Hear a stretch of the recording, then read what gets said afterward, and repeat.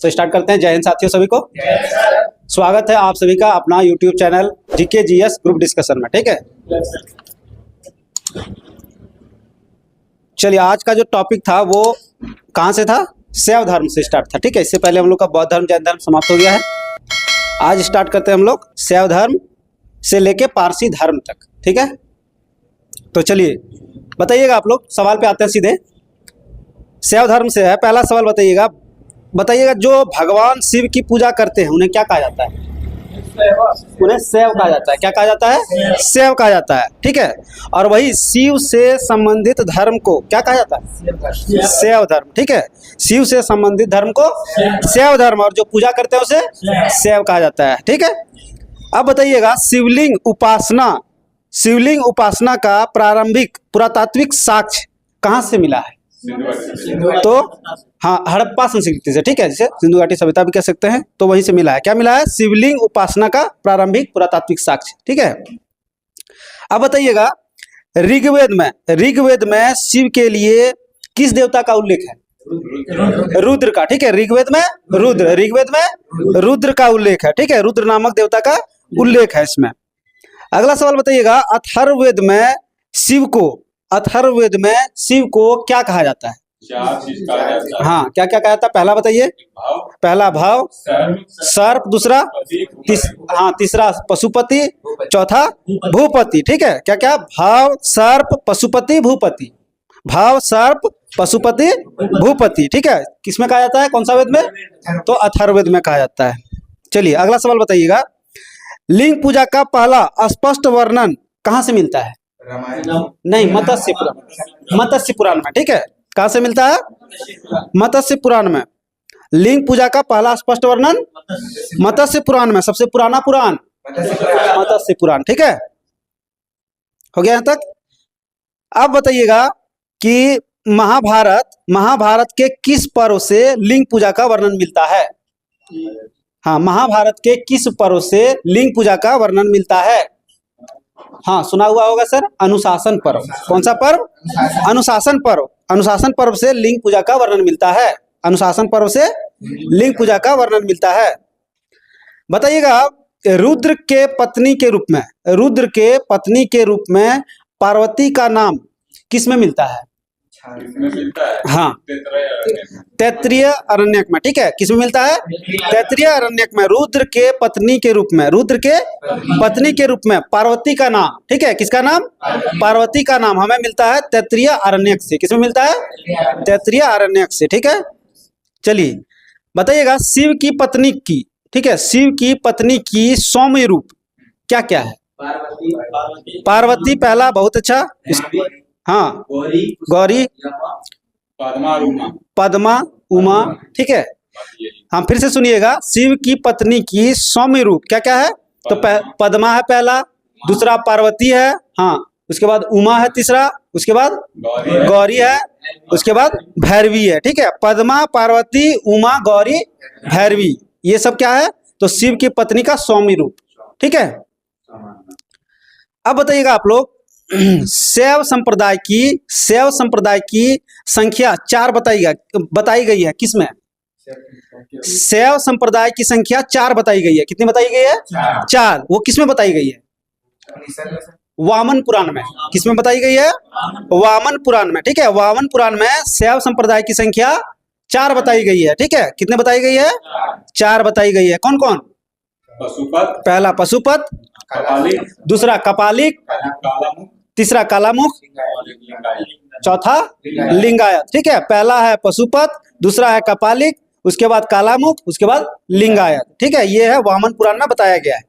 शैव संप्रदाय के 4 मतलब संख्या 4 बताई गई है। ठीक है, अब बताइएगा आप लोग, शैवों का सर्वाधिक प्राचीन संप्रदाय कौन सी है?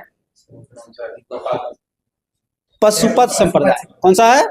पशुपत संप्रदाय। ठीक है, जो शैवों का सर्वाधिक प्राचीन, सबसे प्राचीन संप्रदाय है। कौन सा? पशुपत संप्रदाय। ठीक है, पशुपत संप्रदाय। बताइएगा, पशुपत संप्रदाय के संस्थापक कौन थे? हाँ, लकुलिस। कौन थे? लकुलिस। पशुपत संप्रदाय लकुलिस। पशुपत संप्रदाय लकुलिस। जिन्हें जिन्हें भगवान शिव के कितने अवतार बताए गए हैं? 18 अवतार बताए गए। ठीक है, 18 अवतारों में से एक बताए गए हैं। भगवान शिव के 18 अवतारों में से एक बताए गए हैं। किसे? लकुलिश को। हो गया यहां तक? अब बताइएगा, पशुपत संप्रदाय के अनुयायियों को क्या कहा गया है? पशुपत संप्रदाय के अनुयायियों को क्या कहा गया है? हाँ, पचार्थिक। ठीक है, पचार्थिक कहा गया। क्या कहा गया है? पचार्थिक। ठीक है, पशुपत मतलब पचार्थिक, पशुपत पचार्थिक। ठीक है, पशुपत संप्रदाय के अनुयायियों को पचार्थिक कहा गया है। इस बताइएगा, इस जो है पशुपत संप्रदाय का जो प्रमुख सैद्धांतिक ग्रंथ है वो क्या है? पशुपत सूत्र है। ठीक है, क्या है? पशुपत सूत्र। ठीक है, पशुपत संप्रदाय का जो है सैद्धांतिक प्रमुख सैद्धांतिक ग्रंथ जो है क्या है? पशुपत सूत्र। ठीक है, और पशुपत सूत्र के जो है आचार्य कौन थे? श्रीकर पंडित। ठीक है, श्रीकर पंडित एक विख्यात पशुपत आचार्य थे। कौन थे? श्रीकर पंडित। कौन थे? श्रीकर पंडित। अब बताइएगा आप लोग, कपालिक संप्रदाय। ठीक है, नहीं, हाँ, कपालिक संप्रदाय के इष्ट देव कौन थे? कपालिक संप्रदाय के इष्ट देव कौन थे? भैरव। कौन थे? भैरव। कपालिक संप्रदाय के इष्ट देव कौन थे? भैरव। कपालिक संप्रदाय भैरव। बताइएगा, कपालिक संप्रदाय का प्रमुख केंद्र कहाँ है? कहाँ था? कपालिक संप्रदाय के प्रमुख केंद्र कहाँ था? श्रीशैल नामक स्थान पर। कहाँ था?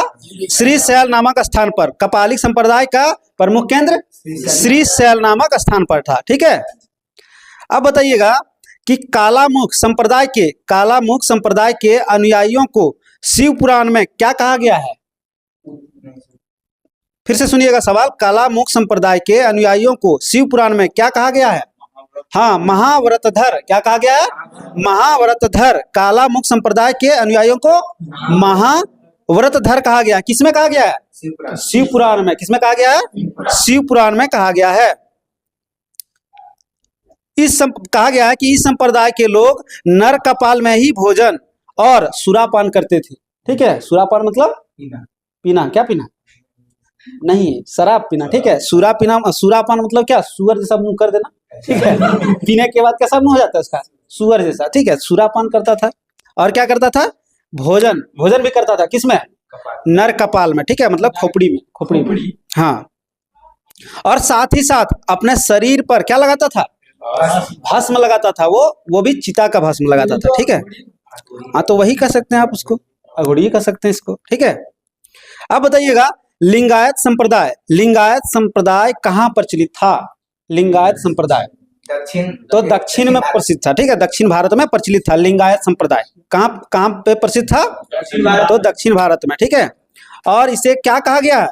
लिंगायत संप्रदाय को इसे जंगम भी कहा जाता है। क्या कहा जाता है? जंगम कहा जाता था उस टाइम। जंगम। क्या कहा जाता था? जंगम। अब बताइएगा, इसमें कहा गया कि इस संप्रदाय के लोग शिवलिंग की उपासना करते थे। ठीक है, शिवलिंग की उपासना करते थे। कौन संप्रदाय के? लिंगायत संप्रदाय के लोग। ठीक है, अब बताइएगा, लिंगायतों का मुख्य धार्मिक ग्रंथ क्या है? लिंगायतों का धार्मिक ग्रंथ शून्य संपादने। क्या है? शून्य संपादने। ठीक है, लिंगायत का प्रमुख धार्मिक ग्रंथ शून्य संपादने। ठीक है, बताइएगा कि बसव पुराण में। ठीक है, बसव पुराण में लिंगायत संप्रदाय के प्रवर्तक किसे बताया गया है? बसव पुराण में लिंगायत संप्रदाय के प्रवर्तक किसे बताया गया है? तो अल्लभ प्रभु। ठीक है, किसे बताया गया है? अल्लभ प्रभु। ठीक है, और तथा उनके शिष्य बासव को।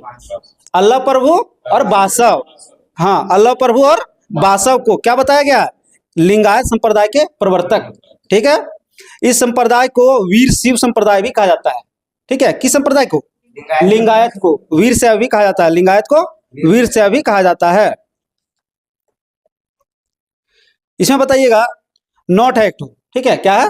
नोट है। उसमें बताया गया है कि बासव व उनका भतीजा बासव और उनका भतीजा जिसका नाम था चन्ना बासव। क्या नाम था? चन्ना बासव। ठीक है, चन्ना बासव कर्नाटक के किस राजा के दरबार में रहते थे? कलचूरी। ठीक है, कौन सी राजा? कलचूरी राजा। ठीक है, कलचूरी राजा के दरबार में रहते थे। कौन कौन? बासव और उनका भतीजा चन्ना बसाव। बासव और चन्ना बसाव। ठीक है, जैनों के साथ कठिन संघर्ष के उपरांत उन्होंने अपने मत की स्थापना की थी। ठीक है, और उन्होंने जाति प्रथा का विरोध किया था। ठीक है, उसके बाद बाल विवाह का विरोध किया था। ठीक है, विधवा विवाह को अनुमति दिया था उसने। ठीक है, उसके बाद बलि प्रथा का को भी विरोध किया था उसने। किसने? चन्ना बसाव ने। किसने किया था? चन्ना बसाव ने। हो गया। अब बताइएगा नाथ संप्रदाय की स्थापना कब हुई थी? नाथ संप्रदाय की स्थापना कब हुई थी? कब हुई थी? 10वीं शताब्दी में। ठीक है, 10वीं शताब्दी यानी कि 900 से 1000 के बीच में। ठीक है, 10वीं शताब्दी में हुई थी नाथ संप्रदाय की स्थापना। तो बताइएगा नाथ संप्रदाय की स्थापना किसने की थी? हाँ, मत्स्येंद्रनाथ। ठीक है, मत्स्येंद्रनाथ। ठीक है, मत्स्य बोलिएगा, उसके बाद येंद्रनाथ लगा दीजिएगा उसमें। मत्स्येंद्रनाथ किसकी, कौन सी संप्रदाय की स्थापना की थी? नाथ संप्रदाय, मत्स्येंद्रनाथ। ठीक है, मत्स्येंद्रनाथ। हो गया। बताइएगा कि जो है नाथ संप्रदाय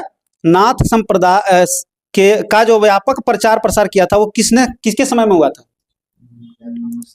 नाथ संप्रदाय के व्यापक प्रचार प्रसार किसके समय में हुआ था? बढ़िया नाम है, बताइए। गोरखनाथ। ठीक है, बाबा गोरखनाथ। ठीक है, बाबा गोरखनाथ के समय में जो है नाथ संप्रदाय का व्यापक रूप से प्रचार प्रसार हुआ। ठीक है, तो गोरखनाथ ने क्या कहा था कि वर्ण व्यवस्था तथा ब्राह्मणों के विशेषाधिकारों की आलोचना की थी। किसने? गोरखनाथ ने। ठीक है, वर्ण व्यवस्था का भी आलोचना किया था और ब्राह्मणों को जो विशेषाधिकार मिला था, मतलब कि सिर्फ विशेषाधिकार मतलब क्या होगा कि पूजा वही करवाएगा या फिर और भी, हाँ, स्कूल वही जाएगा, तो ये सब का वो क्या किए थे? आलोचक थे। कौन? हाँ, बाबा गोरखनाथ। बताइएगा बाबा गोरखनाथ के द्वारा प्रतिपादित सिद्धांत को क्या कहा जाता है? उसे तंत्र कहा जाता है। क्या कहा जाता है? तंत्र कहा जाता है। ठीक है, उसके द्वारा सिद्धांत को प्रतिपादित किया गया था गोरखनाथ के द्वारा, तो उसे कहा जाता है तंत्र। ठीक है, इसकी सदस्यता जो है बिना जाति भेद सबके लिए खुली थी। तंत्र में जो मतलब कि सदस्यता ग्रहण करते थे उनके लिए कोई जाति भेदभाव नहीं था उसमें। ठीक है, अब बताइएगा आप लोग दक्षिण भाषा, ये हाँ, पल्लव काल में शैव धर्म का प्रचार प्रसार किसके द्वारा किया गया? पल्लव काल में शैव धर्म का प्रचार प्रसार किसके द्वारा किया गया? तो नयनारों के द्वारा। ठीक है, एक होता था नयनार, एक होता था अलवार। ठीक है, नयनार जो होते थे वो क्या करते थे? हाँ, शैव धर्म का प्रचार मतलब शिव की पूजा करते थे, और अलवार जो होते थे वो क्या करते थे? विष्णु की पूजा करते थे। ठीक है, तो पल्लव काल में, किस काल में? पल्लव काल में शैव धर्म का प्रचार प्रसार किसके द्वारा किया गया था? नयनारों के द्वारा किया गया था। ठीक है, नयनार संतों की कुल संख्या कितनी बताई गई है? कितना? 63। ठीक है, कितनी बताई गई है? 63। ठीक है, जिसमें अपार, तिरुज्ञान और संबंदर एवं सुंदर मूर्ति आदि के नाम उल्लेखनीय है। ठीक है, अब बताइएगा अगला सवाल आप सबों के बीच, पशुपतिनाथ किस नदी के किनारे है? बागमती नदी। कौन सी नदी? बागमती नदी, पशुपति। ठीक है, और किस देश में? तो नेपाल में। ठीक है, और नेपाल के काठमांडू में। ठीक है, काठमांडू से 3 किलोमीटर दूर उत्तर पश्चिम के क्षेत्र में कौन नदी? बागमती नदी के किनारे। और गांव का नाम बोले तो देवपाटन। क्या नाम है? देवपाटन नामक स्थान है। ठीक है, गांव का नाम है देवपाटन, वहीं पे पशुपतिनाथ का मंदिर है। ठीक है, अब बताइएगा जो मुख्य मंदिर का निर्माण हुआ है, मुख्य मंदिर का निर्माण तो किस शैली में हुआ है? पैगोडा शैली में। ठीक है, कौन सी शैली में? पैगोडा शैली में। पशुपतिनाथ मंदिर का जो मुख्य मंदिर है उसका निर्माण पैगोडा शैली में। अब बताइएगा इसे यूनेस्को विश्व सांस्कृतिक विरासत स्थल की सूची में कब सूचीबद्ध किया गया? इसको 1979 में। कब किया गया है? 1979 में। ठीक है, बताइएगा एलोरा के, अगला सवाल है, एलोरा के प्रसिद्ध कैलाश मंदिर का निर्माण किसने करवाया था? राष्ट्रकूटों ने। ठीक है, एलोरा मंदिर राष्ट्रकूट, एलोरा मंदिर राष्ट्रकूट। ठीक है, बताइएगा अगला सवाल, चोल शासक, ठीक है, चोल शासक राजराज प्रथम, ठीक है, चोल शासक राजराज प्रथम ने प्रसिद्ध राजेश्वर शैव मंदिर का निर्माण कहाँ करवाया था? तंजौर में। ठीक है, कहाँ करवाया था? तंजौर में। ठीक है, राजराजेश्वर शैव मंदिर कहाँ करवाया था? तंजौर में। किसने करवाया था? राजराज प्रथम। कौन से शासक? तो चोल शासक। ठीक है, और राजराजेश्वर शैव मंदिर को और किस नाम से जानते हैं? बृहदेश्वर मंदिर। ठीक है, कौन सा मंदिर? बृहदेश्वर मंदिर। हो गया। बताइएगा कुषाण शासकों की मुद्राओं पर डैश एवं डैश का एक साथ अंकन प्राप्त है। किसका किसका? शिव और नंदी का। शिव और नंदी का। कुषाण शासकों की मुद्राओं पर किसका? शिव और नंदी का एक साथ जो है अंकन किया गया, मतलब उसको छापा गया। ठीक है, अब आते हैं वैष्णव धर्म में। कौन सा धर्म?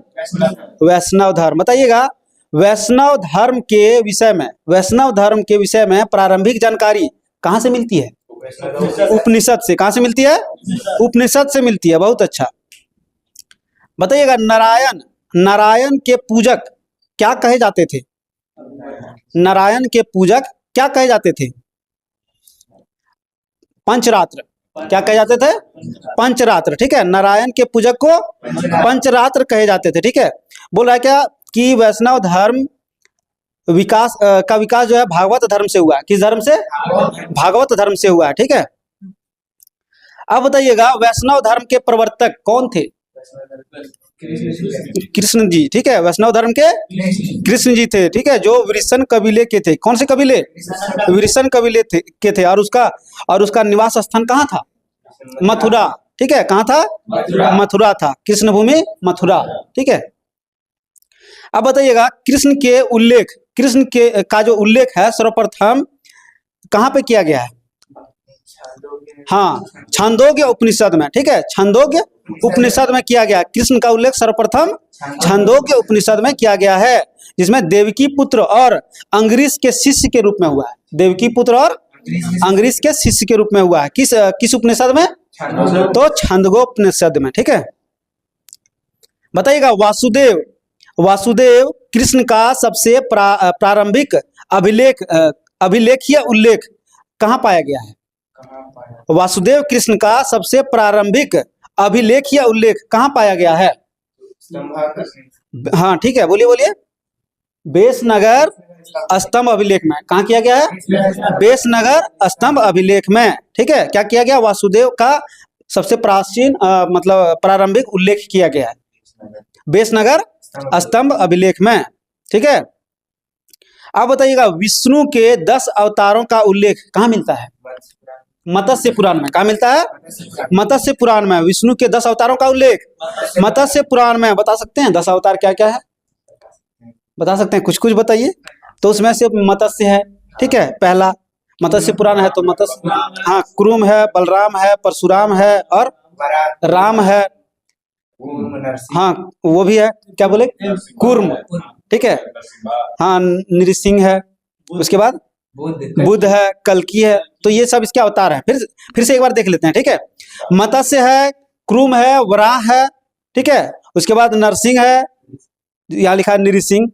उसके बाद वामन है, परशुराम है, राम है, बलराम है, बुद्ध है और कल्कि है। ठीक है, बताइएगा कि गुप्त काल में विष्णु का कौन सा अवतार सबसे ज्यादा प्रसिद्ध था? वराह अवतार। कौन सा अवतार? वराह अवतार। ठीक है, गुप्त काल में प्रसिद्ध था। कौन काल में? गुप्त काल में प्रसिद्ध था। ठीक है, अगला सवाल बताइएगा आप सबों के बीच है, वैष्णव धर्म में ईश्वर को प्राप्त करने के लिए सर्वाधिक महत्व किसे दिया गया है? भक्ति को दिया गया। किसे दिया गया है? भक्ति को। मतलब भक्ति कीजिए तो ईश्वर मिलेगा। ठीक है, किस धर्म में? वैष्णव धर्म में। ठीक है, कौन सा धर्म है? वैष्णव धर्म में। अब बताइएगा भगवान विष्णु का जो सुदर्शन चक्र था, जो ऐसे घुमाते थे एकदम चक चक चक चक, उसमें कितनी तिलियां थी? 6 तिलियां थी, ठीक है। कितने थे? तो 6 तिलियां थी भगवान विष्णु के सुदर्शन चक्र में, 6 तिलियां थी। अब आते हैं प्रमुख संप्रदाय, मत एवं आचार्य, ठीक है। तो हम बताएंगे आप लोग को मत, आप लोग को बताना है धड़ल्ले से उसके आचार्य के बारे में, ठीक है। बताइएगा विशिष्ट द्वैतावाद, विशिष्ट द्वैतावाद रामानुज, ठीक है। विशिष्ट द्वैतवाद रामानुज, वही बताइएगा। द्वैतवाद आनंद तीर्थ, ठीक है। कौन है? आनंद तीर्थ। द्वैतवाद आनंद तीर्थ। बताइएगा शुद्धा द्वैतवाद वल्लभाचार्य, ठीक है। शुद्धा द्वैतवाद वल्लभाचार्य। द्वैताद्वैत निम्बार्क, ठीक है। क्या नाम है? निम्बार्क। फिर से एक बार बोलिएगा। विशिष्ट द्वैतवाद रामानुज, द्वैतावाद आनंद तीर्थ। बताइएगा शुद्ध द्वैतवाद वल्लभाचार्य, द्वैताद्वैत निम्बार्क। बताइएगा प्रमुख संप्रदाय, ठीक है। बताइएगा विशिष्ट द्वैतावाद के प्रमुख संप्रदाय। वैष्णव संप्रदाय। कौन सा संप्रदाय? वैष्णव संप्रदाय। बताइएगा। अच्छा इधर से बताइएगा आप लोग, प्रमुख संप्रदाय हम बोलते हैं, ठीक है। आप लोग को बताना है मत। बताइएगा ब्रह्मा संप्रदाय, द्वैत, मत सर, मत बताना आप लोग को, ठीक है। ब्रह्मा संप्रदाय द्वैत। बताइएगा रुद्र संप्रदाय, हाँ शुद्ध द्वैत, शुद्धाद्वैत। रुद्र संप्रदाय शुद्धाद्वैत। सनक संप्रदाय द्वैताद्वैत, ठीक है। तो हो गया कंप्लीट। याद हुआ तो ठीक, नहीं याद हुआ तो वो भी बहुत अच्छा, ठीक है। अब आते हैं अगला टॉपिक में। अगला है प्रमुख संप्रदाय, संस्थापक और पुस्तकें, ठीक है। आप लोग को बताना है संस्थापक, हो गया। बताइएगा बरकरी संप्रदाय के संस्थापक कौन हैं? नामदेव। क्या नाम है? नामदेव। बरकरी संप्रदाय नामदेव। श्री वैष्णव रामानुज, श्री वैष्णव संप्रदाय रामानुज। बताइएगा परमार्थ रामदास, ठीक है। परमार्थ रामदास। राम भक्त रामानंद, ठीक है। बताइएगा राम भक्त का जो है संस्थापक रामानंद थे, उसका प्रमुख पुस्तक क्या है? हाँ क्या है? अध्यात्म रामायण, ठीक है। अध्यात्म रामायण। बताइएगा परमार्थ संप्रदाय का प्रमुख पुस्तक दासबोध। क्या नाम है? हाँ पुस्तक का नाम दासबोध, ठीक है। और संस्थापक रामदास। बताइएगा बरकरी संप्रदाय के प्रमुख पुस्तक कुछ नहीं है, ठीक है। तो उसके संस्थापक कौन है? नामदेव, ठीक है। बताइएगा अंकोर वाट का मंदिर कहाँ स्थित है? कंबोडिया में, ठीक है। कहाँ है? कंबोडिया में। किसी ने बनवाया था? सूर्य वर्मा द्वितीय, ठीक है। नरसिंह वर्मा नहीं सर, सूर्य वर्मा द्वितीय, ठीक है। कब? हाँ 1113 से 1150 ईस्वी में बनवाया था। किसने? सूर्य वर्मा द्वितीय ने। सूर्य वर्मा द्वितीय ने, ठीक है। इस मंदिर में लगभग बताया गया है कि 10.5 फीट ऊंची भगवान विष्णु की मूर्ति है। कहाँ पे? अंकोर वाट मंदिर में। अब आते हैं इस्लाम धर्म। किसमें? इस्लाम धर्म। क्या हुआ सर? इस्लाम धर्म। बताइएगा इस्लाम धर्म के संस्थापक। हाँ हजरत मोहम्मद साहब थे, ठीक है। कौन थे? हजरत मोहम्मद साहब। बताइएगा हजरत मोहम्मद साहब का जन्म 570 ईस्वी में। कब हुआ था? 570 ईस्वी में। कहाँ पर? मक्का में हुआ था, ठीक है। मक्का के प्रमुख कुरैश कबीले में हुआ था। कहाँ पे? कुरैश कबीले में, मक्का में। बताइएगा उनके पिता का नाम अब्दुल्ला, माता का नाम अमीना, ठीक है। मोहम्मद साहब के पिता का नाम अब्दुल्ला, माता का नाम अमीना, ठीक है। बताइएगा उनकी पत्नी का नाम खदीजा नहीं, फातिमा। क्या नाम है? फातिमा। उनके पुत्री का नाम था, सॉरी खादीजा, सॉरी।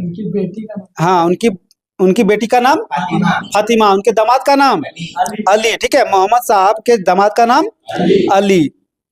बताइएगा कि हजरत मोहम्मद साहब को ज्ञान की प्राप्ति कब हुई थी? 610 ईस्वी में, ठीक है। 570 में इनका जन्म हुआ, 610 में इनको ज्ञान की प्राप्ति हुई। कहाँ पर? मक्का के हीराकुंड गुफा नहीं, मक्का के हीरा नामक गुफा में। ठीक है, कहाँ पे हुआ था? हीरा गुफा में, मक्का के हीरा नामक गुफा में। अब बताइएगा, जो मोहम्मद साहब थे उनके लालन पालन किसने किया था? हाँ, अबू तालिब, उनके चाचा अबू तालिब ने। ठीक है, अब बताइएगा आप लोग कि 24 सितंबर 622 ईस्वी को पैगंबर के मक्का से मदीना की यात्रा को किस नाम से जाना जाता है? हाँ, हिजरी संवत। ठीक है, जिसको मुस्लिम संवत भी कह सकते हैं, हिजरी संवत के नाम से जाना जाता है। ठीक है, पैगंबर द्वारा जो है मक्का से मदीना की यात्रा को हिजरी संवत के नाम से जाना जाता है। ठीक है, अब बताइएगा कि इस्लाम धर्म का पवित्र ग्रंथ कुरान, इस्लाम धर्म का पवित्र ग्रंथ कुरान है। ठीक है, बताइएगा कि यह जो पवित्र ग्रंथ है यह कितने अध्याय में बटा है? 114 अध्याय है। ठीक है, और पद 63-60। ठीक है, पद है 63-60 और अध्याय 114 है। ठीक है, बताइएगा पैगंबर मोहम्मद साहब ने किसका उपदेश दिया है? तो कुरान की शिक्षा का। ठीक है, कुरान की शिक्षा का उपदेश दिया है। किसने? पैगंबर मोहम्मद साहब ने। अब बताइएगा हजरत मोहम्मद साहब का मृत्यु कब हुई थी? 632 में। ठीक है, 8 जून 632 में हुई थी। इन्हें कहाँ दफनाया गया था? तो मदीना में। ठीक है, कहाँ दफनाया गया था? मदीना में। ठीक है, अब बताइएगा मोहम्मद साहब की मृत्यु के बाद जो है इस्लाम धर्म कितने पंथ में विभाजित हुए थे? 2 पंथ। कौन कौन? हाँ, सुन्नी और शिया है, शिया और सुन्नी। ठीक है, 2 पंथ में विभाजित हुए थे। तो बताइएगा कि जो सुन्ना में विश्वास करते थे उन्हें क्या कहा जाता था? सुन्नी। ठीक है, जो सुन्ना में विश्वास करते थे उन्हें सुन्नी कहा जाता था। सुन्ना जो है पैगंबर मोहम्मद साहब के कथनों तथा कार्यों का विवरण है। ठीक है, सुन्ना। अब बताइएगा आप लोग कि शिया जो है किसमें विश्वास करते थे? अली की शिक्षाओं में। ठीक है, शिया किसमें विश्वास करते थे? अली की शिक्षाओं में। ठीक है, उन्हें जो है मोहम्मद साहब का न्याय सम्मत उत्तराधिकारी मानते हैं। किसे? अली को। ठीक है, और अली कौन थे? उनका दामाद। ठीक है, कौन थे? उनका दामाद, मोहम्मद साहब का दामाद। बताइएगा अली की हत्या कब कर दी गई थी? 661 में। कब की थी? 661 में। तथा उनके पुत्र की भी हत्या कर दी थी 680 में। कहाँ पर? ईरान में। ठीक है, अली साहब के जो है पुत्र की हत्या इराक में। कहाँ की गई थी? इराक में, करबला नामक स्थान पर इराक में कर दिया गया था। कब? 680 ईस्वी में। 680 ईस्वी में। ठीक है, इन दोनों हत्या ने शिया को जो है निश्चित मत के रूप दे दिया। दोनों का हत्या जब हुआ ना तो उसका एक निश्चित मत दिया। ठीक है, अब बताइएगा पैगंबर मोहम्मद साहब के उत्तराधिकारी क्या कहलाए? खलीफा कहलाए। ठीक है, खलीफा कहलाए। पैगंबर मोहम्मद साहब के उत्तराधिकारी खलीफा कहलाए। ठीक है, बताइएगा इस्लाम जगत में खलीफा पद कब तक बना रहा है? 1924 तक। ठीक है, 1924 तक बना रहा। ठीक है, 1924 के बाद क्या हुआ कि जब इसको हटा दिया गया तो इसी के संदर्भ में भारत में जो है खिलाफत आंदोलन छिड़ा था। ठीक है, तो कहीं ना कहीं इससे रिलेशन था। तो इस्लाम जगत में खलीफा का पद जो है कब तक बना रहा? 1924 तक बना रहा। 1924 ईस्वी में इसे तुर्की के शासक किसके द्वारा समाप्त कर दिया? मुस्तफा कमाल पाशा के द्वारा। ठीक है, मुस्तफा कमाल पाशा के द्वारा इसे कमाल पाशा के द्वारा इसे समाप्त कर दिया गया। किसे? खलीफा पद को। ठीक है, बताइएगा आप लोग सर्वप्रथम पैगंबर साहब का जीवन चरित्र किसमें लिखा है? पैगंबर साहब का जीवन चरित्र सर्वप्रथम किसने लिखा है? इब्न इसाक। क्या नाम है? इब्न इसाक ने। ठीक है, इब्न इसाक ने सर्वप्रथम पैगंबर साहब का जीवन चरित्र लिखा है। किसने लिखा है? इब्न इसाक। बताइएगा मोहम्मद साहब पैगंबर के जन्मदिन पर क्या पर्व मनाया जाता है? कौन सा पर्व? हाँ, ईद ए मिलाद उन नबी। ठीक है, ईद ए मिलाद उन नबी, इनके जन्मदिन पर। हाँ, वही ईद है ना, वही तो ईद है। नहीं, ईद दूसरा है सर, वही एक तरह का ईद। अच्छा, ईद दूसरा है। वो जो रात में लाइट टाइट जलता है वो तो हो गया, नहीं, वो तो सब वो तो सभी बारात हो गया। ठीक है, अलग। बताइएगा सर, भारत में सर्वप्रथम इस्लाम का आगमन कब हुआ था? 712 में। ठीक है, 712 में, जब अरबों ने हाँ, और सिंध पर विजय किया था। ठीक है, सिंध पर विजय किया था उस टाइम में। तो किसके द्वारा यहाँ इस्लाम आया था? हाँ, मोहम्मद बिन कासिम, मतलब अरबों के द्वारा। ठीक है, सबसे पहले भारत के इस भाग में, किस भाग में? सिंध के, हाँ, सिंध क्षेत्र में इस्लाम का महत्वपूर्ण धर्म बना। ठीक है, इस्लाम एक महत्वपूर्ण धर्म बना। अब बताइएगा आप लोग, मक्का की दिशा में जो है मतलब नमाज जो पढ़ते हैं उसे क्या कहा जाता है?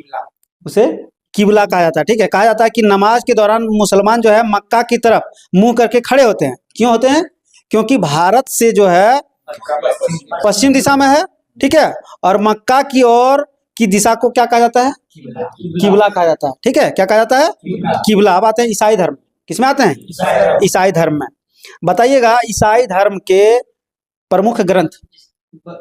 बाइबिल। ठीक है, क्या है? बाइबिल। ईसाई धर्म के प्रमुख ग्रंथ बाइबिल। वही बताइएगा इस्लाम धर्म का? कुरान। ठीक है, अब बताइएगा इस्लाम धर्म के संस्थापक? हजरत मोहम्मद। वाह, गजब हैं? हो, इस्लाम में पूछना है। सॉरी, सही बताया आप। मेरा ध्यान है ईसाई धर्म पे और पूछ रहे हैं इस्लाम धर्म। चलिए बताइएगा, ईसाई धर्म के संस्थापक? ईसा मसीह। ठीक है, कौन थे? ईसा मसीह हैं। बताइएगा, ईसा मसीह का जन्म कहाँ हुआ था? जेरूसलम। कहाँ हुआ था? जेरूसलम के निकट बेथलेहम में। ठीक है, बेथलेहम में। कहाँ हुआ था? बेथलेहम में। जेरूसलम के निकट बेथलेहम में हुआ था। ईसा मसीह के जन्म दिवस को किस रूप में मनाया जाता है? क्रिसमस के रूप में। सभी जानते हैं ईसा मसीह के जन्म दिवस को क्रिसमस के रूप में मनाया जाता है। बताइएगा, ईसा मसीह के माता का नाम? मैरी। ठीक है, और पिता का नाम? जोसेफ। मैरी और जोसेफ ईसा मसीह के माता और पिता है। ठीक है, अब बताइएगा कि ईसा मसीह ने अपने जीवन के कितने वर्ष बढ़ई के रूप में बिताए थे? 30 वर्ष। ठीक है, कहा जाता है कि 30 वर्ष, प्रथम 30 वर्ष जो है एक बढ़ई के रूप में बेथलहेम के निकट नाजरेथ, मतलब इजराइल में, ठीक है, बिताए थे। किसके रूप में? बढ़ई के रूप में। अब बताइएगा, ईसा मसीह के प्रथम 2 शिष्य कौन थे? एगो पीटर था, बहुत अच्छा। एगो एंड्रूज था। ठीक है, पीटर एंड्रूज। कौन थे? पीटर इंग्लैंड नहीं बोलना है, पीटर एंड्रूज ईसा मसीह के 2 शिष्य थे। बताना है, ईसा मसीह को सूली पर किसने चढ़ाया था? सूली पर जो चढ़ा गया था पोंटियस। क्या नाम है? पोंटियस। ठीक है, ईसा मसीह को सूली पर चढ़ाया था रोमन गवर्नर पोंटियस। ठीक है, रोमन गवर्नर पोंटियस। और बताइएगा, कब चढ़ाया था ईसा मसीह को सूली पर? कब चढ़ाया था? 33 ईस्वी में। कब चढ़ाया था? 33 ईस्वी में। बताइएगा, ईसाई धर्म का सबसे पवित्र चिन्ह क्या है? क्रॉस। ठीक है, ईसा मसीह के पवित्र चिन्ह क्रॉस है। ठीक है, बताइएगा, ईसाई त्रित्व में विश्वास रखते थे, वे क्या क्या है? जैसे कि बुद्ध धर्म का भी त्रिरत्न हुआ, जैन धर्म का भी त्रिरत्न हुआ, उसी तरह इसका भी एक त्रित्व हुआ। नहीं, ईश्वर पिता। ठीक है, ईश्वर पुत्र और ईश्वर पवित्र आत्मा। ठीक है, ईसा, हाँ, ईश्वर पिता, ईश्वर पुत्र, जिसे ईश्वर पुत्र को कहा गया ईसा। ठीक है, और ईश्वर पवित्र आत्मा। ठीक है, इसके त्रिरत्न हैं। किसके? ईसाई धर्म के। बहुत अच्छा।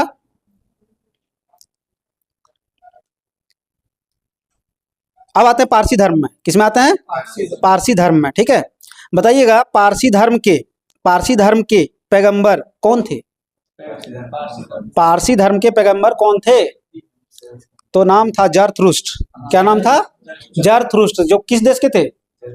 ईरान के थे, ठीक है। जरथुरुस्ट, पारसी धर्म के पैगंबर जरथुरुस्ट जो ईरान के थे। इनके बताइएगा, इनके शिक्षाओं का संकलन किस ग्रंथ में है? मतलब पारसी धर्म का जो प्रमुख ग्रंथ है क्या है? जैन अवस्था। क्या है? जैन अवस्था, ठीक है। पारसी धर्म के धार्मिक ग्रंथ जैन अवस्था। अब बताइएगा, जो पारसी धर्म का मूल शिक्षा का सूत्र है वो क्या है? पारसी धर्म का जो मूल शिक्षा का सूत्र है क्या है? अभी जो बोल रहे थे आप, क्या है? सद्विचार, ठीक है।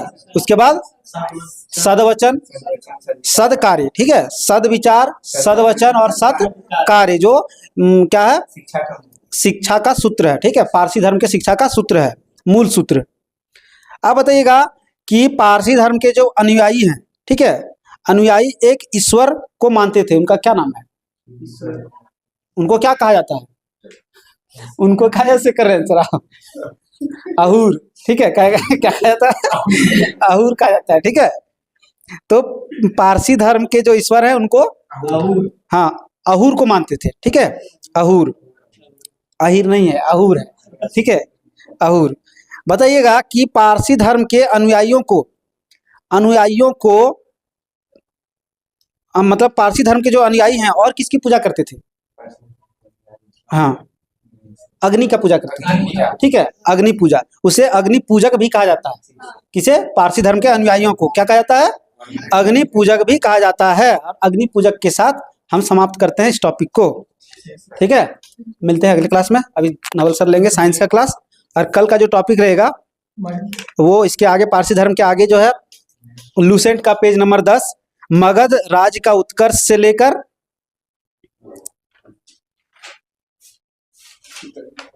मगध राज का उत्कर्ष से लेकर पूरा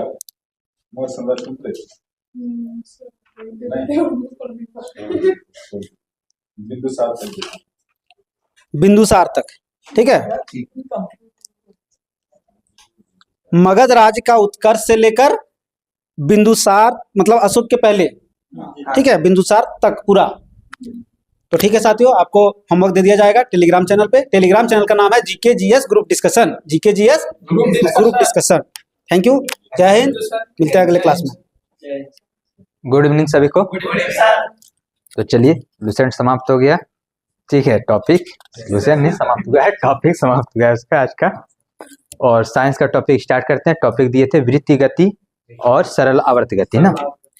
तो चलिए, पढ़ लिया आप लोग साइंस भी। अभिकेंद्र बल को और किस बल के नाम से जाना जाता है? अभिकेंद्र बल को और किस बल के नाम से जाना जाता है? केंद्राभिमुख बल। Very good. एक समान वृत्तीय गति में चाल और गति ऊर्जा क्या होती है? वो कभी बदलती नहीं है। पूछा जाएगा कि एक समान वृत्त गति में क्या नहीं बदलती है? चाल और गतिज ऊर्जा नहीं बदलती है, अर्थात वो क्या रहती है? अचर रहती है, वो अचर रहती है। तो बताइए कौन कौन सी राशियां बदल जाती है? जैसे वेग, त्वरण, बल, संवेग, सारा क्या होता है? बदल जाता है। जो बदल जाता है उसे चर कहते हैं, जो बदल जाता है उसे चर कहते हैं, जो नहीं बदलता उसे अचर कहते हैं। तो क्या क्या नहीं बदला वृत्तीय गति में? चाल और गतिज ऊर्जा। चाल और गति ऊर्जा नहीं बदलेगा, अदिश नहीं बदलता, सदिश बदल जाता है। सदिश बदल जाएगा, ठीक है। वेग, त्वरण, बल और संवेग क्या होगा? बदल जाएगा। क्लियर है? चलिए अगला क्वेश्चन बताइएगा, किसी वस्तु को वृत्तीय गति घूमने के लिए कौन सी बल की आवश्यकता होती है? अभिकेंद्री बल। किसी वस्तु को वृत्तीय गति में घूमने के लिए कौन सा बल का आवश्यकता होती है? तो अभिकेंद्री बल का आवश्यकता होती है। चलिए नेक्स्ट क्वेश्चन, अगर किसी धागे से पत्थर को बांधकर घुमाया जाता है, अगर किसी धागे से पत्थर को बांधकर घुमाया जाता है तो कौन सा आवश्यक अभिकेंद्री बल, मतलब अभिकेंद्री बल जो मिलता है वो कहाँ से मिलता है? कहाँ से मिलता है? तनन बल से। तनन बल कहने का अर्थ जो पत्थर और डोरी के बीच में तनन होगा ना, जितना अधिक तनन होगा उतना वो अधिक स्पीड घूमेगा। क्लियर है? अगर इलेक्ट्रॉन नाभिक के चारों तरफ चक्कर लगाता है तो आवश्यक अभिकेंद्री बल कहाँ से प्राप्त करता है? कहाँ से? विद्युत आकर्षण बल। वेरी वेरी इंपॉर्टेंट ये सब लाइन, ठीक है, ध्यान दीजिएगा। तनन बल से प्राप्त किया पत्थर वाला, वहीं इलेक्ट्रॉन नाभिक के चारों ओर लगाएगा तो कहां से प्राप्त करेगा? विद्युत आकर्षण बल। विद्युत आकर्षण बल। अगर कोई ग्रह सूर्य के चारों तरफ चक्कर लगाता है तो आवश्यक अभिकेंद्र बल कहां से प्राप्त करता है? गुरुत्वाकर्षण बल से। कहां से प्राप्त करता है? गुरुत्वाकर्षण बल से। सूर्य के चारों तरफ जो ग्रह चक्कर लगाता है वो कहां से प्राप्त करता है अभिकेंद्र बल? गुरुत्वाकर्षण। हम बोले भी थे कि कल दो वस्तुओं के बीच लगने वाला बल को गुरुत्वाकर्षण बल, और दो वस्तुओं में से एक पृथ्वी रहे तो गुरुत्वीय बल। गुरुत्वाकर्षण बल का मान 6.67 बड़ी जी का मान हम पूछ रहे हैं क्या? ठीक है, तो बड़ी जी का मान क्या होता है? 6.67 इंटू 10⁻11 न्यूटन मीटर स्क्वायर प्रति केजी स्क्वायर। वहीं छोटी जी का मान 9.8 मीटर प्रति सेकंड स्क्वायर या 10 मीटर प्रति सेकंड स्क्वायर। वक्र पथ पर आवश्यक अभिकेंद्र बल कहां से प्राप्त होता है? वक्र पथ पर जो अभिकेंद्र प्राप्त होता है वो कहां से प्राप्त होता है? घर्षण बल से प्राप्त होता है। तो हम लोग 4 को देख लिए। चलिए एक और, अगर कोई गाड़ी किसी गोलंबर पर चक्कर लगाती है तो आवश्यक अभिकेंद्र बल कहां से प्राप्त होता है? घर्षण बल से। ठीक है, वक्र पथ पर बोले या गोलंबर बोले तो कहां से प्राप्त करता है? घर्षण बल से।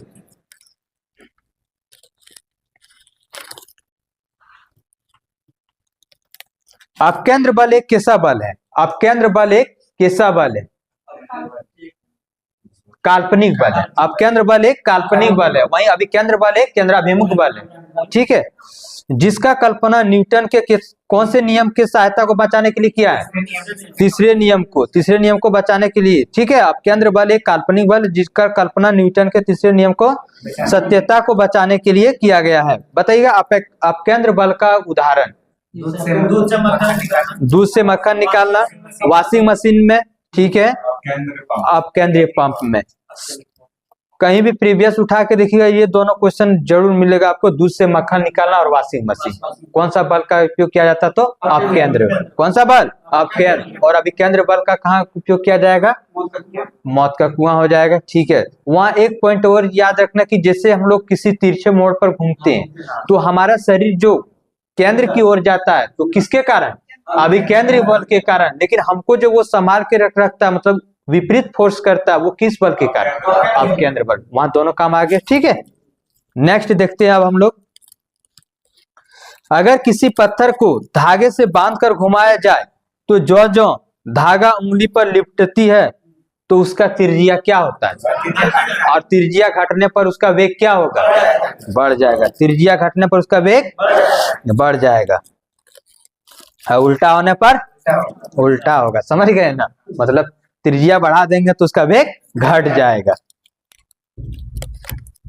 अगर किसी घूमते हुए टेबल पर कोई लड़की अपनी बाहों को फैलाकर घूम रही है और वह धीरे धीरे अपने बाहों को सिकुड़ लेती है तो त्रिज्या क्या होगी? घट जाएगी और उसका वेग बढ़ जाएगा। अगर किसी घूमते हुए डिस्क पर कोई मच्छर आकर बैठ जाता है तो उस डिस्क का क्या द्रव्यमान क्या होगा?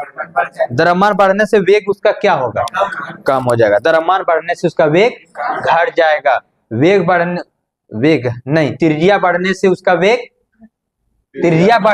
वेग घट जाएगा। तो किस पर निर्भर किया? देख लिए त्रिज्या और इसका फॉर्मूला होता है MVR, मतलब MVR द्रव्यमान, वेग और त्रिज्या नियतांक रहेगा। ठीक है,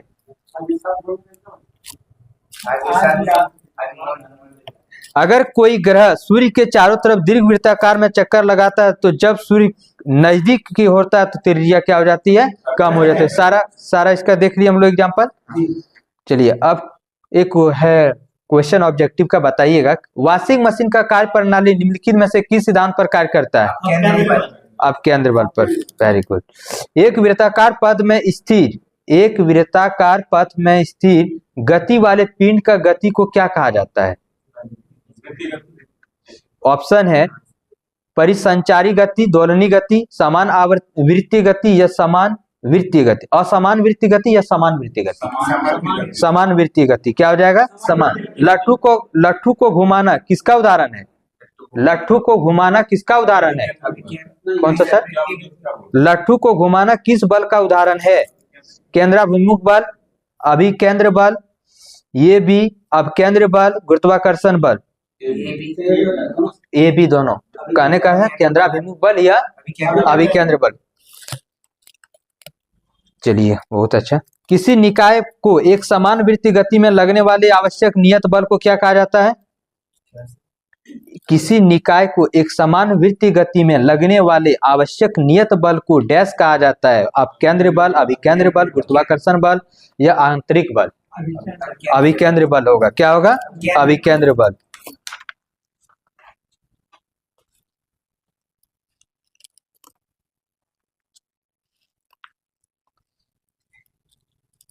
अगला क्वेश्चन बताइएगा,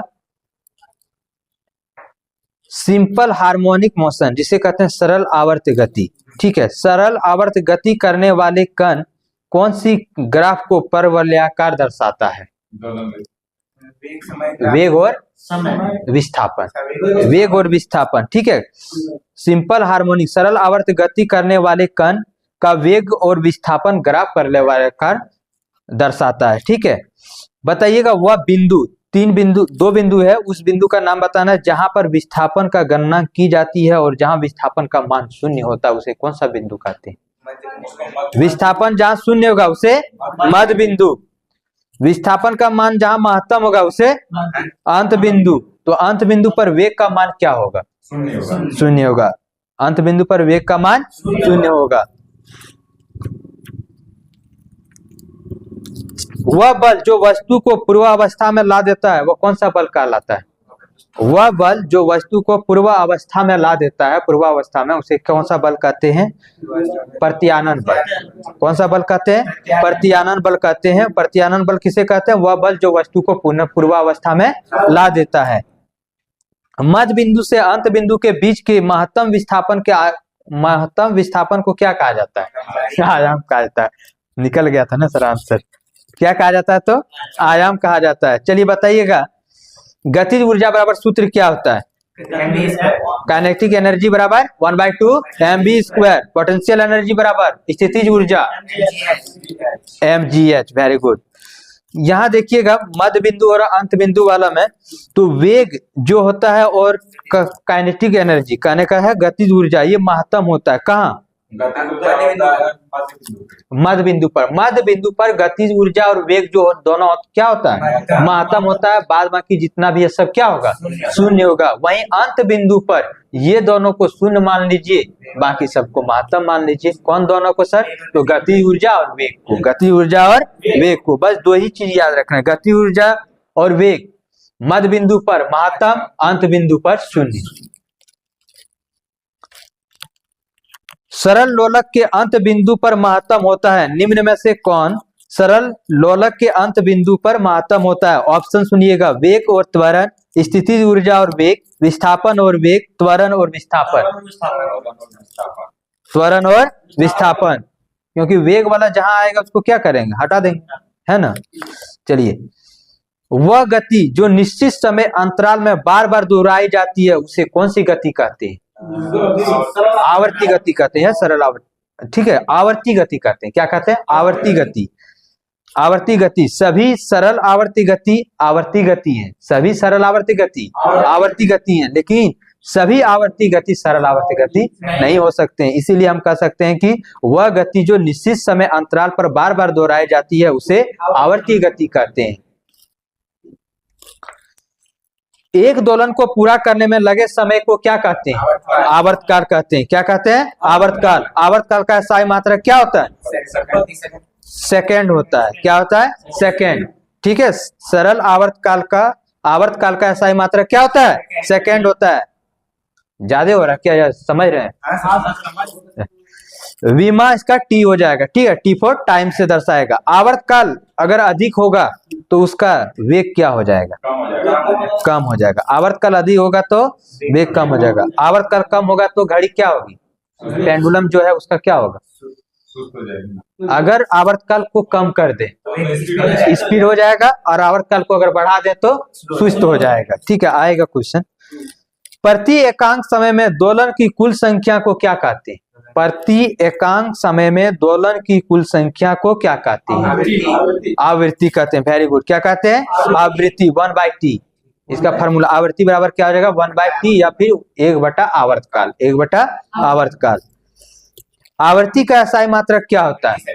प्रति सेकंड या हर्ट्ज, प्रति सेकंड या हर्ट्ज कहा जाता है। चलिए बताइएगा, आवर्तकाल का मान किस पर निर्भर नहीं करता है?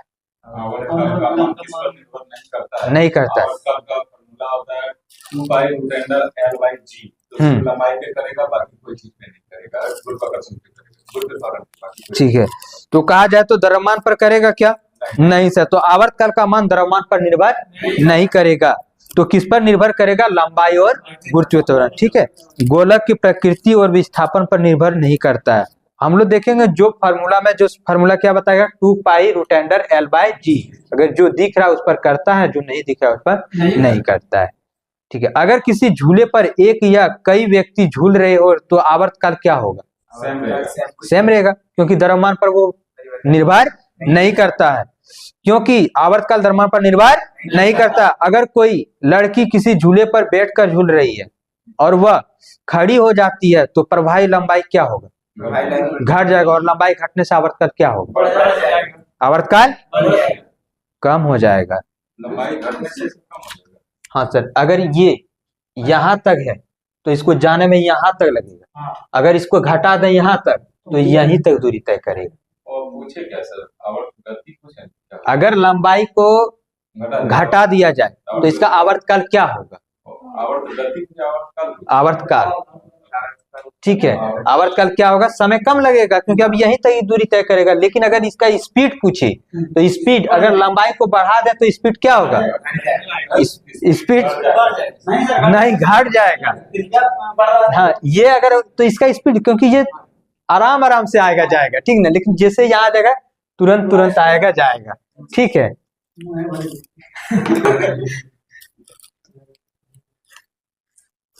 आगे क्लियर हो जाएगा। फिर देखिए, आवर्तकाल घटने से क्या होगा, सॉरी, लंबाई घटने से आवर्तकाल घट जाएगा तथा झूला क्या हो जाएगा? तेज हो जाएगा, स्पीड हो जाएगा, और उल्टा होने पर उल्टा होगा। समझा दिया ना। चलिए, पृथ्वी के केंद्र पर गुरुत्वीय त्वरण का मान क्या होता है? अगर पृथ्वी के केंद्र पर गुरुत्वीय त्वरण का मान 0 होता है तो आवर्तकाल वहां क्या होगा? अनंत हो जाएगा। क्या हो जाएगा? अनंत हो जाएगा। गर्मियों के दिनों में पेंडुलम वाले घड़ी की पेंडुलम की लंबाई बढ़ जाने के कारण आवर्तकाल क्या होती है? बढ़ जाती है, और पेंडुलम सुस्त हो जाती है। क्या होती है? सुस्त हो जाती है। गुरुत्वीय त्वरण का मान बढ़ने से आवर्तकाल क्या होगा? आवर्तकाल घट जाएगा। ठीक है, आवर्तकाल घट जाएगा तथा घटने से बढ़ जाएगा। अब देखिए, जब स्प्रिंग का लोलक निकालने देगा तो उसका फार्मूला होता है 2π√M/k। M/k। तो अगर पूछा जाए कि स्प्रिंग लोलक का आवर्तकाल किस पर निर्भर नहीं करता है? द्रव्यमान पर। ठीक है, पूछा गया, क्वेश्चन पूछा गया है, स्प्रिंग लोलक का आवर्तकाल किस पर निर्भर करता है? किस पर निर्भर करता है? तो बताइए, फार्मूला बताया ना 2π√M/k। तो द्रव्यमान पर निर्भर करता है क्या? हाँ, करता है। सेकेंडरी लोलक का आवर्तकाल कितना सेकंड होता है? 2 सेकंड होता है। कितना होता है? 2 सेकंड। समाप्त हो गया बा। चलिए, कुछ ऑब्जेक्टिव है। एक कण सरल आवर्त गति पूरा कर रहा है, महत्तम विस्थापन पर इसका त्वरण क्या होगा? त्वरण क्या होगा? महत्तम होगा। बहुत अच्छा सर। किसी पिंड के अपनी मध्यम स्थिति से अधिकतम विस्थापन को क्या कहा जाता है? आयाम कहा जाता है। बहुत अच्छा सर। चलिए, नेक्स्ट क्वेश्चन एक और लास्ट है। एक लड़की झूले पर बैठकर झूलती है, जब वह लड़की खड़ी होकर झूलती है तो झूलने में लगने वाला समय क्या होगा? कम हो जाएगा। बहुत अच्छा, आप लोग अच्छे से समझ गए। चलिए, तो चलिए टॉपिक को यहीं समाप्त करते हैं और आगे टॉपिक ना, पदार्थ के समान गुण। ठीक है, ये पूरा रहेगा कंप्लीट। बाकी लुसेंट में तो सुन ही लिए होंगे, और वैसे टेलीग्राम पर PDF डाल दिया जाएगा। ठीक है, और एक सूचना है, अगर आप लोग रेगुलर वीडियो देखते होंगे तो ऑफलाइन में जो टेस्ट का चर्चा चल रहा था, आप लोग देखे भी होंगे। ठीक है, संडे को 10 बजे टाइम रखा गया मैथ और रीजनिंग का टेस्ट। ठीक है, सभी आगामी एग्जाम को देखते हुए एनटीपीसी, रेलवे, जीडी जो भी है सब में मैथ रीजनिंग पूछ रहा है, ठीक है। तो मैथ रीजनिंग को बोल्ड करने के लिए कुछ और ये एक तरीका सही उसमें लिखा गया भी है स्टेटमेंट, ये तरीका है सारा रिवीजन करने का। अगर एक सप्ताह में अगर आप एक टेस्ट देते हैं तो 4 चैप्टर क्लियर होता है, और टेस्ट के जरिए आप क्या करते हैं, ज़्यादा से ज़्यादा पढ़ने की कोशिश करते हैं, मेहनत करने की कोशिश करते हैं ताकि हम टेस्ट में टॉप करें, ठीक है ना। तो इससे क्या होगा कि आपका चैप्टर भी सारा बोल्ड होते जाएगा। तो आप लोग जितने भी वीडियो देख रहे हैं या फिर आपके आसपास में जो भी है उनको ये सूचना दीजिएगा कि वहाँ ऑफलाइन में ही टेस्ट चलेगा ये, ठीक है। अगर मैसेज, जैसे कल भी बताया था, अगर मैसेज या कमेंट आ जाता है तो ऑनलाइन भी हम इसे प्रोवाइड करेंगे, ठीक है। तो सब कोई उपस्थित होइएगा कल टेस्ट में, 10 बजे समय है और सेंटर है पांडे दुकान नियर देवघर एयरपोर्ट, ठीक है। तो चलिए दोस्तों, मिलते हैं कल ऑनलाइन में, तो आप नेक्स्ट डे मंडे को, ठीक है। Thank you. Thank you sir.